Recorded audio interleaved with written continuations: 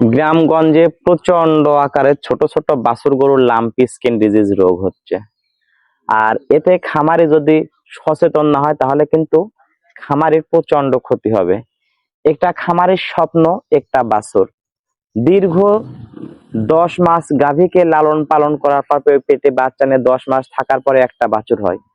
আর ওই বাছুরের যদি লাম্পি স্কিন ডিজিজ রোগ হয় তাহলে কিন্তু খামারের স্বপ্ন শেষ।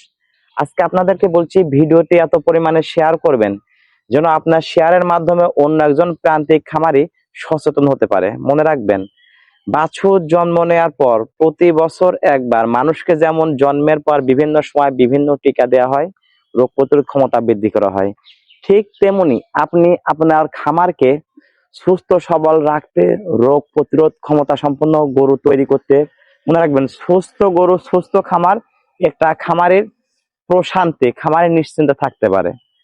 আর গরুকে সুস্থ রাখতে হলে লাম্পি স্কিন ডিজিজ একটি ভয়ানক রোগ, যার জন্য খামারি কিন্তু লসের দিকে পতিত হয়। আর এই রোগ হলেই কিন্তু গরুর শতকরা 80% গরু মাইনাসের দিকে চলে যায়, তাহলে কিন্তু খামারের লস।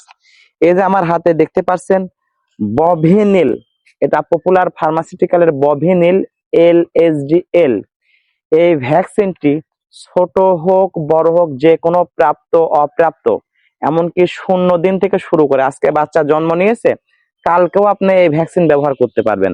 আপনার গাভীর পেটে বাচ্চা প্রায় 9 মাস, বাচ্চা হব হব ভাব, এই মুহূর্তেও বভিনিল LSDL এই ভ্যাকসিনটি চামড়ার নিচে 2 ml করে ব্যবহার করতে পারবেন। প্রেগন্যান্সি অবস্থায় 100% সেফ। অবশ্যই খামারকে রোগ মুক্ত রাখতে অবশ্যই এই ভ্যাকসিনটি ব্যবহার করুন। তথ্যটি সর্বোচ্চ লাইক কমেন্ট শেয়ার করে অন্য একজন প্রান্তিক খামারিকে দেখার সুযোগ করে দিবেন। রুখতে হলে LSD রোগ বছরে একবার LSD ভ্যাকসিন দেয়া হোক।